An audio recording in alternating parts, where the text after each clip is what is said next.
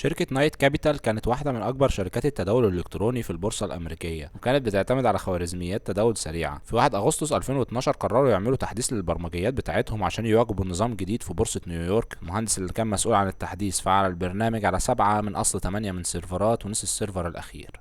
النتيجة السيرفر اللي متحدثش كان بيشتغل بكود قديم، وكود كان المفروض يتم حذفه من سنين لأنه بيقوم بشراء وبيع الأسهم بشكل عشوائي تماما لتضخيم الأسعار. لما البورصة فتحت حصل الآتي: في أول 45 دقيقة من التداول البرنامج بدأ ينفذ أوامر بيع وشراء جنونية، وتم شراء أسهم لا حصر لها بأسعار غلط، وحصل اضطراب في 148 سهم مختلف أسعارها تضخمت أو انهارت في ثواني. الشركة خسرت 440 مليون دولار في أقل من ساعة، وفقدت 75% من قيمتها السوقية، وكانت هتعلن إفلاسها، وتم إنقاذها في اللحظة الأخيرة من خلال ضخ استثمارات من عدة بنوك. خطأ بشري بسيط في تحديث كود خلى واحدة من أكبر شركات التداول تنهار في أقل من ساعة.